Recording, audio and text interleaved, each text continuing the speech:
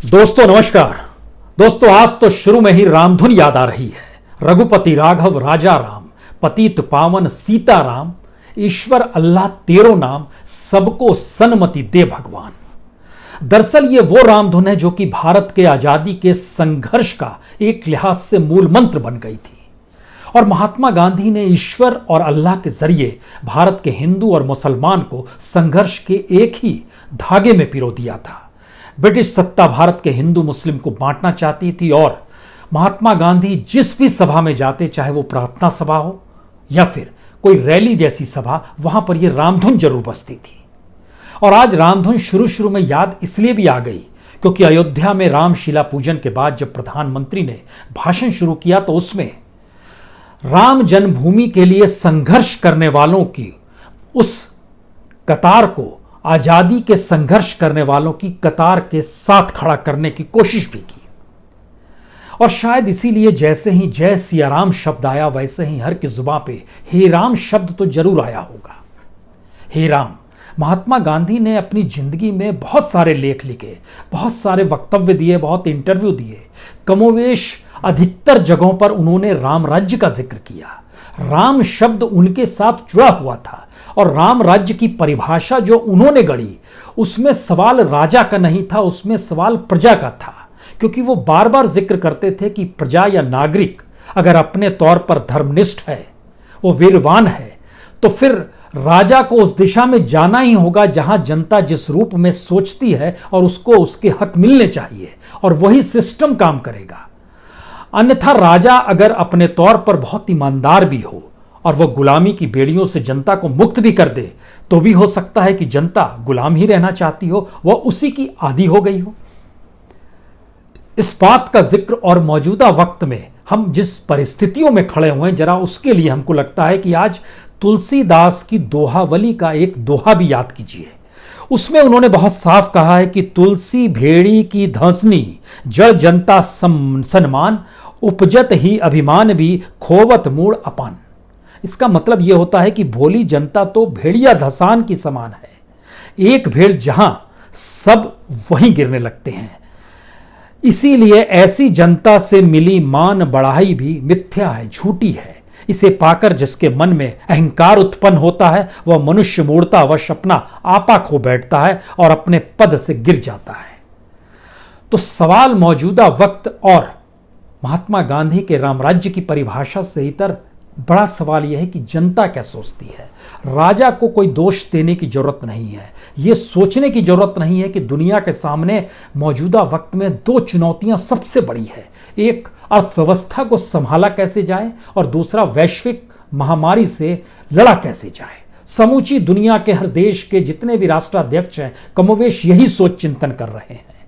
लेकिन हमारी एक सांस्कृतिक विरासत है, हमारी एक सामाजिक पहचान अंतर्राष्ट्रीय तौर पर अलग है और शायद इसीलिए आज 6 घंटे का वक्त प्रधानमंत्री ने निकाला और अयोध्या पहुंच गए।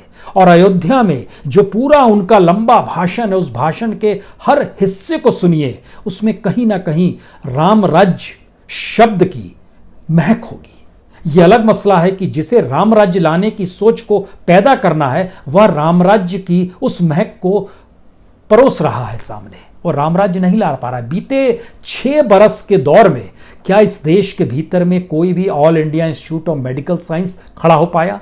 पिछले 6 बरस के दौर में क्या कोई यूनिवर्सिटी बनकर खड़ी हो पाई जिसके जरिए हम आप सोच सकें कि हमारे बच्चे आने वाले वक्त में इस शानदार यूनिवर्सिटी में पढ़ेंगे? और तो और क्या इस दौर में यह भी ऐलान हो जाता कि अयोध्या में एक उसी तर्ज पर गुरुकुल बनेगा जिस तरीके से राम गुरुकुल में जाया करते थे, लेकिन उसको एक आधुनिकरण होगा। शायद वह आने वाले वक्त में नालंदा या तक्षशिला की तर्ज पर डेवलप हो जाए। क्या यह सोचा जा सकता था? मुश्किल सवाल है, क्योंकि जनता मौजूदा शब्द में यह भूल चुकी है कि उसकी आस्था में धर्मनिष्ठ होना महत्वपूर्ण है या नहीं है। यहां राजा का दोष नहीं है, जनता को क्या चाहिए ऐसे वक्त में जब देश अलग अलग मुद्दों से ना सिर्फ जूझ रहा है बल्कि हजारों हजार की तादाद में हर दिन खबर आती है कि इतने बीमारी से ग्रसित हो गए। मौत का सिलसिला भी थमा नहीं है, बाढ़ अलग से है, इस देश में स्वच्छ पानी भी नहीं मिल पाता है। लेकिन हमने लगातार सत्ता के जरिए इस बात का एहसास किया नहीं कि इस देश के भीतर में वाकई कोई इंफ्रास्ट्रक्चर लोगों की जिंदगी से जुड़ा हो और वह बना दिया जाए। दोष तो जनता का ही है, राजा का दोष नहीं है, क्योंकि जब हम इन चीजों को पलटना शुरू करते हैं तो हमें लगता है कि एक निराशा जो भारत के समाज के भीतर थी उसे सत्ता ने अपना हथियार बना लिया। संसद के सरोकार जनता से नहीं थे। आज की तारीख में संसद की महत्ता खत्म हो गई है। इस देश की सुप्रीम कोर्ट के फैसले और सुप्रीम कोर्ट के अपने सरोकार लोगों से नहीं थे। वहां तो एक एक वकील तक पहुंचने में आपकी जेब में एक सुनवाई के लिए 50 लाख रुपए होने चाहिए, जो बड़े वकील लेते हैं। ये तमाम राजनीतिक दलों से जुड़े हुए हैं। इसमें बीजेपी के भी वकील हैं, कांग्रेस के भी वकील हैं, इसमें अलग से भी वकील हैं। ना सरोकार भारत के सुप्रीम कोर्ट के जनता के साथ है, ना इस देश के संसद के सरोकार जनता के साथ है, ना इस देश के भीतर के किसी भी इंस्टीट्यूशन के सरोकार जनता के साथ थे। तो एक गुस्सा लोगों के भीतर था। उस गुस्से को आधार बनाकर जो पढ़ा लिखा तबका है और जो पढ़ने के लिए लालायित था लेकिन उसको पेट भरना था, तो बीच में पढ़ाई छोड़कर वह मजदूर में तब्दील हो गया। इन दोनों के बीच भी आकर सत्ता खड़ी हो गई और उसने भारतीय समाज को इस रूप में परिभाषित करना शुरू किया, जहां धर्म है, जहां आस्था है, जहां भरोसा इस बात का है कि कोई आएगा। किस रूप में आएगा, कैसे आएगा, हमें लगता है कि इसके लिए हमें कुछ पन्नों को आज महात्मा गांधी के जरिए पलटना चाहिए। क्योंकि महात्मा गांधी जिन बातों का जिक्र करते हैं उसमें रामराज्य की परिकल्पना बड़ी साफ है। 20 मार्च 1930 को नवजीवन में उनका एक आर्टिकल आया था, रामराज्य और स्वराज्य। इसमें उन्होंने बहुत साफ किया गया था कि स्वराज्य के कितने भी अर्थ आप क्यों ना लगाइए, तो भी मेरे मन के नजदीक उसका त्रिकाल सत्य एक ही अर्थ है और वो है रामराज्य। यदि किसी को रामराज्य शब्द बुरा लगे तो मैं उसे धर्मराज्य कहूंगा। और रामराज्य शब्द का भावार्थ है उसमें गरीबों की संपूर्ण रक्षा होगी। ध्यान दीजिए, रामराज्य का मतलब है गरीबों की संपूर्ण रक्षा होगी, सब कार्य धर्म पूर्वक किए जाएंगे, लोकमत का हमेशा आदर किया जाएगा। ये तीनों चीजें मौजूदा वक्त में गायब है और महात्मा गांधी इसकी सोच 1930 में रख रहे थे, जब इस देश में किसकी सत्ता होगी कोई नहीं जानता है, ब्रिटिश सत्ता मौजूद थी। तब भी वो जनता के भीतर उस भाव को जगाना चाहते थे जिसके जरिए धर्मनिष्ठ और वीरवान जनता बने। क्योंकि उससे पहले गुजराती में नवजीवन जब निकलता था तो 22 मार्च 1921 में उन्होंने बहुत साफ साफ लिखा था, कुछ मित्र रामराज्य का अक्षरार्थ करते हुए हमसे पूछते हैं, जब तक राम और दशरथ फिर से जन्म नहीं लेते तब तक क्या रामराज्य मिल सकता है। उस पर उन्होंने कहा था, हम तो रामराज्य का अर्थ स्वराज्य, धर्मराज्य, लोकराज्य से करते हैं और ऐसा रामराज्य तभी संभव है जब जनता धर्मनिष्ठ और वीरवान बने। उसके बाद वो और साफ करते हैं कि अभी तो कोई सद्गुणी राजा भी यदि स्वयं प्रजा के बंधन काट दे तो भी प्रजा उसकी गुलाम बनी रहेगी। इसीलिए राज्यतंत्र और राजनीति को बदलने का प्रयत्न कर रहे हैं। महात्मा गांधी उस सिस्टम को चेंज करना चाहते थे, लेकिन संयोग से धर्मनिष्ठ की घुट्टी पिलाकर और आस्था का भाव जगाकर इस देश के भीतर में सिस्टम को ही सत्ता ने अपने अनुकूल कर लिया। रामराज्य की एक दूसरी परिकल्पना इस दौर में निकल कर आई है और इतना ही नहीं, उस परिकल्पना में महात्मा गांधी बहुत साफ कहते हैं कि अंग्रेज सत्ता में रहें या भारतीय सत्ता में आ जाएं, जब तक जनता इस भाव को नहीं समझेगी कि उसको किस रूप में संघर्ष करना है और अपने हक की मांग करनी है, तब तक उसके पास कुछ भी नहीं होगा। इसीलिए इन पिछले दिनों जब हम लोग जिक्र करते हैं कि इस देश में क्यों नहीं कोई एम्स बन पाया, हम आपको बताएं इस एम्स की स्थिति क्या है। आपको जानकर हैरत होगी, मोदी गवर्नमेंट जब पहली बार सत्ता में आई तो इन्होंने एम्स का जिक्र किया कि हम आंध्र प्रदेश के मंगलगिरी में बनाएंगे, पश्चिम बंगाल के कल्याणी बनाएंगे, नागपुर में बनाएंगे, गोरखपुर में बनाएंगे। 2014 में आते ही जिक्र किया और बजट में इसका जिक्र किया गया था, लेकिन आज तक इन तमाम जगहों पर एम्स नहीं बन पाया है।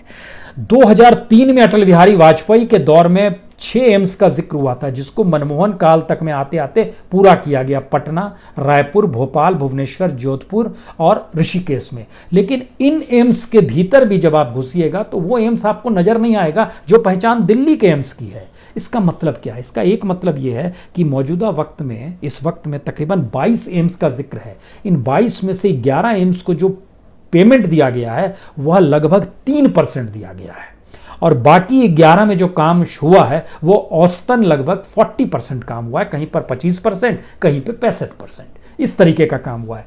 हमारी कोई ध्यान ही नहीं है। यूनिवर्सिटीज़ के दायरे में अगर आप आइएगा, यूनिवर्सिटी भारत के भीतर क्यों नहीं बन पाई कोई बेहतरीन यूनिवर्सिटी?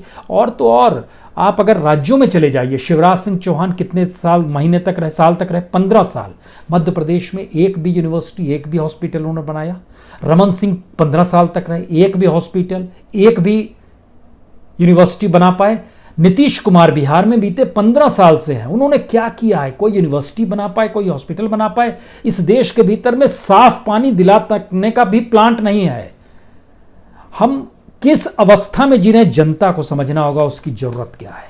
जनता नहीं समझेगी तो फिर वो मानकर चले कि उसको भुनाने के लिए सत्ता काफी महत्वपूर्ण है, सत्ता अपने तरीके से काम कर सकती है। और राजनीति के दायरे में अगर आप घुसिएगा तो आपको एक एक छोटी छोटी चीजों को समझना होगा। और इसको समझने के लिए हमको लगता है दोबारा महात्मा गांधी से जब आप लौटिएगा और पूछिएगा तो हमको लगता है कि 24 जनवरी 2028 को महात्मा गांधी सौराष्ट्र के जो मोरबी रियासत के राजा की मौजूदगी में वहाँ पर जो मोड़ बनिया जाति थी उस सम्मान करना चाहती थी। और इसलिए सम्मान करना चाहती थी कि जब महात्मा गांधी ने निर्णय लिया था कि वो ब्रिटेन में जाकर पढ़ेंगे तो इस मोड़ बनिया जाति ने अपनी जाति से अलग कर दिया महात्मा गांधी को। लेकिन अब महात्मा गांधी जब वहाँ संघर्ष किया दक्षिण अफ्रीका में, फिर भारत में पहुँचे तो इन्होंने मानपत्र दिया। लेकिन महात्मा गांधी ये जानते समझते हुए कि तमाम लोग यहाँ जाति वाले बैठे हुए हैं, उनके भाषण का वो हिस्सा सुनिए जरा जो वो साफ तौर पर कहते हैं। उनका बहुत साफ कहना था कि मैं यह मानने वाला रहा हूं कि जाति के इन छोटे छोटे बाड़ों का नाश होना चाहिए। मुझे इस बारे में कोई शक नहीं है कि हिंदू धर्म के भीतर जातियों के लिए कोई जगह नहीं है। और यह मैं मौड़ या दूसरी जो भी जातियां यहां मौजूद हैं उनको ध्यान में रखकर कह रहा हूं। और जो भी जातियां हैं उनको आज इस यज्ञ की आहुति के रूप का उपयोग कर जातियों को स्वाहा कर देना चाहिए। कल्पना कर सकते हैं मौजूदा वक्त में यह संभव भी है? महात्मा गांधी उस वक्त कह देते थे, लेकिन मौजूदा वक्त का सच क्या है? प्रधानमंत्री मोदी जब प्रधानमंत्री बन गए तो देश के मौजूदा वक्त के गृह मंत्री जो उस समय बीजेपी के अध्यक्ष थे, उनका क्या कहना था? पहली बार कोई ओबीसी देश का प्रधानमंत्री बना है। और इस देश के भीतर में जाति के जरिए वोट को लेना और वोट के जरिए जाति को बरकरार रखना और जाति को बरकरार रखते हुए पूरे सिस्टम को किस रूप में कन्वर्ट जाति और धर्म के नाम पर किया गया है। अगर महात्मा गांधी के राम राज्य में चले जाइएगा तो ये दोनों चीजें का कोई महत्व नहीं है, ना जाति का ना धर्म का। वह उस मानवीय पहलू का और उस देश में रहने वाले लोगों का सम्मान करते हैं जिसके जरिए देश बनता है, जिसके लिए संविधान होता है। इसीलिए उन्होंने जब भाषण के अपने उसमें कहा कि आप जाति के छोटे छोटे बाड़ों के खड्डों में पड़े रहेंगे और उसमें से बदबू आने लगेगी, और डॉक्टर अगर गड्ढों को भर्त कर देने की सलाह देता है तो उसको उसी तरह समझ लीजिए कि जाति के बाड़े भी मनुष्य के लिए घातक हैं और उसका इलाज जरूरी है, क्योंकि ईश्वर कभी भी ऐसी घातक रचना नहीं कर सकता। यानी महात्मा गांधी उस वक्त सारी चीज़ों को उस सिस्टम और कॉन्स्टिट्यूशन के दायरे में लाना चाहते थे जिसमें ये चीज़ें खत्म हो जाएं। लेकिन क्या ये संभव है? इसका मतलब है महात्मा गांधी राजनीतिक तौर पर सही नहीं थे। लेकिन फिर अगला सवाल था कि जब जो व्यक्ति राम राज्य की लगातार वकालत कर रहा है, उस राम राज्य के भीतर क्या चीजें हैं ऐसी? राम राज्य में इस बात का जिक्र हुआ कि राम राज्य क्या हिंदू व्यक्ति से जोड़ दिया जाए, हिंदू धर्म से जोड़ दिया जाए, तो उसका भी उन्होंने इलाज किया। और आज़ादी से ठीक पहले 26 फरवरी 1947 को महात्मा गांधी साफ तौर पर कहते हैं, जिस आदमी की कुर्बानी की भावना अपने संप्रदाय से आगे नहीं बढ़ती वह खुद तो स्वार्थी है ही, वह अपने संप्रदाय को भी स्वार्थी बनाता है। यहां संप्रदाय धर्म का प्रतीक है। मैंने अपने आदर्श समाज को रामराज्य का नाम दिया है। कोई यह समझने की भूल ना करे कि रामराज्य का अर्थ है हिंदुओं का शासन। जी नहीं, मेरा नाम खुदा या गॉड का ही दूसरा नाम है। मैं खुदाई राज चाहता हूं जिसका अर्थ है धरती पर परमात्मा का राज्य। ऐसे राज्य की स्थापना से न केवल भारत की संपूर्ण जनता का बल्कि समग्र संसार का कल्याण होगा। समूची संसार के भीतर के सिस्टम का जो पश्चिमवाद है ना, मौजूदा वक्त में जिसका जिक्र गाहे बगाए आरएसएस के लोग करते रहते हैं या बीजेपी करती है और काउंटर में अपनी फिलॉसफी लेकर आती है, महात्मा गांधी की फिलॉसफी इसको लेकर बड़ी साफ थी। उनका कहना है जिस राम राज्य की हम लोग परिकल्पना कर रहे हैं उसमें आपको 2-3 चीजें, जाति खत्म करनी होगी, धर्म को भूलना होगा, आर्थिक असमानता दूर करनी होगी, महिलाओं को आगे लाना होगा। इसको लेकर बड़े साफगोई के साथ 25 मई 1947, देखिए आजादी से ठीक पहले, आर्थिक असमानता का जिक्र वो कैसे कहते हैं कि बहुत साफ तौर पर कहते हैं कि थोड़ों को करोड़ और बाकी लोगों को सूखी रोटी भी नहीं, ऐसी भयानक असमानता में राम राज्य का दर्शन करने की आशा कभी ना रखी जाए। क्योंकि उस वक्त वो तो साफ कह रहे थे कि जो शासक है, जो जमींदार है, जो पूंजीपति है, वह अपने आप को ट्रस्टी मान ले, यानी संरक्षक हो जाए उसका, और अगर नहीं होगा तो जनता उसको कल संरक्षक बना देगी। और इसको बहुत क्लियर कट तौर पे उन्होंने एक इंटरव्यू जो दिया था एक अखबार को, जो 25 मई 1947 में उन्होंने कहा था कि अगर जमींदार पूंजी अथवा राज्य सत्ता की ताकत तब तक ही कायम रह सकती है जब तक आम लोगों में अपनी ताकत की समझ नहीं होती। लोग अगर रूठ गए तो राज सत्ता, पूंजीपति या जमींदार क्या कर सकता है। हमारे देश के लोग रूठते नहीं हैं, हमारे देश के लोग जुड़ते चले जाते हैं उन परिस्थिति से जो परिस्थिति राजनीतिक सत्ता उन्हें दिखाती है, क्योंकि राजनीतिक सत्ता अपने तौर पर बहुत साफ इस बात का अंदेशा देती है कि हम ही हैं। शायद इसीलिए प्रधानमंत्री की मौजूदगी रामशिला पूजन में होना कोई अलग मसला नहीं है, लेकिन इस देश के भीतर में जिन मुश्किल हालातों से लोग जूझ रहे हैं, हर कोई जानता है कि इस देश में किसी परिवार के भीतर विवाह भी होगा तो 50 लोग ही जमा हो सकते हैं, किसी के घर में कोई मृत्यु भी हो जाएगी तो 20 लोग ही जमा हो सकते हैं। इस देश के भीतर में कोई अगर अब शिला पूजन होगा तो उसमें भी तय हो गया कि 170-80 लोग जमा हो सकते हैं। क्या ये अंदेशा और ये संदेशा है देश के भीतर में? क्योंकि हम जिस परिकल्पना के साथ राम राज्य को देखते हैं उसके दायरे में तो इस देश के भीतर में सारी चीजें अनुकूल होनी चाहिए थी जनता के, और जनता के सरोकार अगर आप नहीं जोड़िएगा तो इसीलिए कांग्रेस ने भी जब जनता से सरोकार नहीं जोड़े तो कभी कभी कांग्रेस अलग लगती थी, महात्मा गांधी अलग लगते थे, और इसीलिए एक वक्त के बाद महात्मा गांधी को लगता था कि अब कांग्रेस की महत्ता नहीं है। इसका जिक्र भी बीजेपी के लोग कर देते हैं, लेकिन उनकी अपनी सत्ता के सरोकार क्या जनता के साथ हैं? आज ही जिस वक्त ये सब हो रहा था, रामशिला पूजन की जो पूरा का पूरा उत्सव जो दिखाया जा रहा था, क्या ऐसा नहीं लग रहा था कि ये सत्ता का उत्सव है? इस देश के भीतर में क्या लगभग 12 प्रांत जिस तरीके से प्रभावित है बाढ़ से, जिस तरीके से इस देश के भीतर में महामारी का स्थिति है, जिस देश में बेरोजगारी की परिस्थितियां हैं, जिस देश के भीतर में तमाम चीज ठप पड़े हुए हैं, काम हो नहीं पा रहा है, उस देश के भीतर का उल्लास और उत्साह पेट पर गमछा बांधकर क्या वाकई राम भजन करने की दिशा में आ गए हैं? ये हो सकता है, और हमें लगता है कि ऐसी अगर परिस्थिति आ गई है तो फिर लौट चलिए उस जगह पे जहां बहुत साफ तौर पर उसी दोहावली में तुलसीदास कहते हैं कि बलि मिस देखे देवता, कर मिस दानव देव, मुए मार सुविचार हत स्वास्थ्य साधन। यानी बलि के बहाने देवताओं की देवताई भी देख ली, और कर यानी टैक्स के बहाने शासकों को भी देख लिया। ये सब अच्छे विचार से छीन होते हैं, ये मरे हुए को ही मारते हैं और केवल अपना स्वार्थ ही साधते हैं। ये वही तुलसीदास है जिन्होंने रामचरितमानस लिखा, जिनकी चौपाइयों का जिक्र बार बार हर कोई करता है और आज भी किया गया। लेकिन रामराज्य कैसे आएगा? और इन परिस्थितियों में हम जय सिया राम जब कहते हैं तो हमारे जुबान पर बार बार हे राम शब्द क्यों, किस रूप में गूंजने लगता है? और ये शब्द इस रूप में डराता क्यों है? क्योंकि मौजूदा वक्त में जब आप जनता को अपने साथ जोड़कर ही नहीं चल रहे हैं और इस दिशा में बढ़ते चले जा रहे हैं जहां पर आपकी हथेली में सिर्फ और सिर्फ आपका अपना साम्राज्य रहे और अपनी सत्ता रहे, तो ये डरा के हो सकता है काम, ये भयभीत करके हो सकता है काम। क्योंकि राम वाकई सबके हैं, राम को किसी से कोई अलग कर नहीं सकता, और ये बोलने की जरूरत नहीं होनी चाहिए, इसको लागू करना है। लागू करने के लिए इस देश में लोकतंत्र है, और लोकतंत्र के महातत जनता अपने सेवकों को चुनती है। वह सेवक राजा हो गए, महाराजा हो गए तो फिर एक अलग मसला है।